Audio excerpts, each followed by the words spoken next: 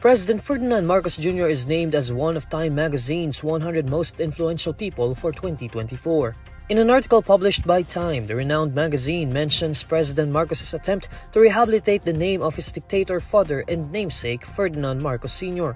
Although Time correspondent Charlie Campbell mentions that President Marcos's rise to the Philippine presidency in 2022 was owed to whitewashing his family legacy through manipulation of social media, Campbell also says that Marcos's desire to rehabilitate the Marcos imagery has resulted in other shifts.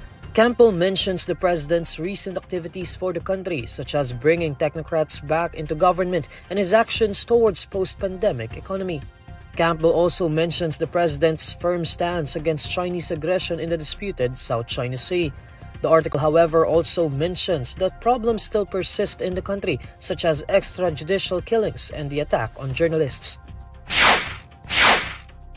Davao del Norte 1st District Representative Pantaleon Alvarez may be delisted as Marine Reservist after urging the Armed Forces of the Philippines to withdraw its support for President Ferdinand Marcos Jr. In a briefing, AFP spokesperson Colonel Francel Margaret Padilla says Alvarez may be separated from the service and delisted based on the terms of the laws of AFP. However, Padilla also notes that when Alvarez made a call to the AFP to withdraw support, he was not stating it in the capacity of being a reservist since he wasn't in his uniform.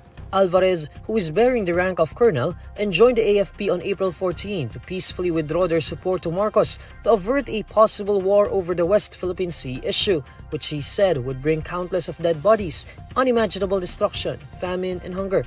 The AFP has since dismissed such calls, vowing loyalty to the Constitution and the chain of command. National Security Advisor and former AFP Chief Eduardo Año on Wednesday called Alvarez's remarks seditious and illegal, while Defense Secretary Gilberto Teodoro Jr. earlier dismissed Alvarez's calls. Kabilang si Pangulong Bongbong Marcos sa 100 most influential people ng Time Magazine ngayong 2024. Kabilang si Pangulong Bongbong Marcos sa 100 most influential people of 2024 ng Time Magazine. Kinilala siya sa kanyang mga hakbang para ibangon ang ekonomiya ng Pilipinas, gayon din ang kanyang paninindigan sa West Philippine Sea. Alam mo ba kung paano nagiging inspirasyon ang isang bansa sa buong mundo? Paano ang Pilipinas na minsang nilarawan bilang bansang nasa developing stage ay biglang lumitaw bilang isa sa pinakamakapangyarihan at pinakakinikilala sa Timog Silangang Asya? Hindi mo ito maabot agad, kaibigan. Kailangan mong malaman ang dahilan kung bakit ngayon lang muling nararanasan ng bansa ang ganitong klaseng tagumpay. Pero bago ko sasabihin sa iyo ang lahat ng detalye, itanong mo muna sa sarili mo paano kaya ito nagawa ni Pangulong Ferdinand Bongbong Marcos Jr. sa tulong ng ating Panginoong Diyos, at paano siya nakabilang sa 100 most influential people of the world ayon sa Time Magazine. Noong 2022, sinimulan ni PBBM ang kanyang termino bilang Pangulo sa ilalim ng maraming tanong at pagdududa. Ngunit sino ang mag-aakala ang taon ding iyon ang magiging umpisa ng muling pag-angat ng Pilipinas? Sa kabila ng pandemya, napatunayan niyang kaya niyang ibangon ang ekonomiya. Ang Pilipinas ay nakapagtala ng 7.6 GDP growth noong 2022. Isang milestone na hindi narating sa loob ng 46 years. Ngunit hindi lang iyon ang nagdala ng pagbabago.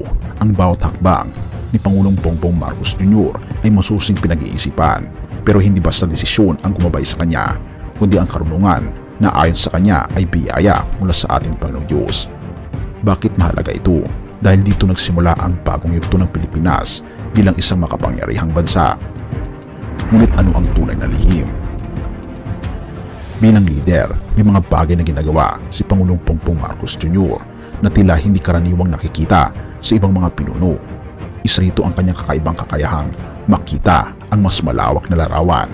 Hindi siya nagtuon lamang sa isang aspeto tulad ng ekonomiya, kundi sinaklaw niya ang diplomasya, teknolohiya, infrastruktura, at pati na rin ang pagpapalakas ng pananampalataya ng bawat Pilipino sa ating Panginoong Diyos.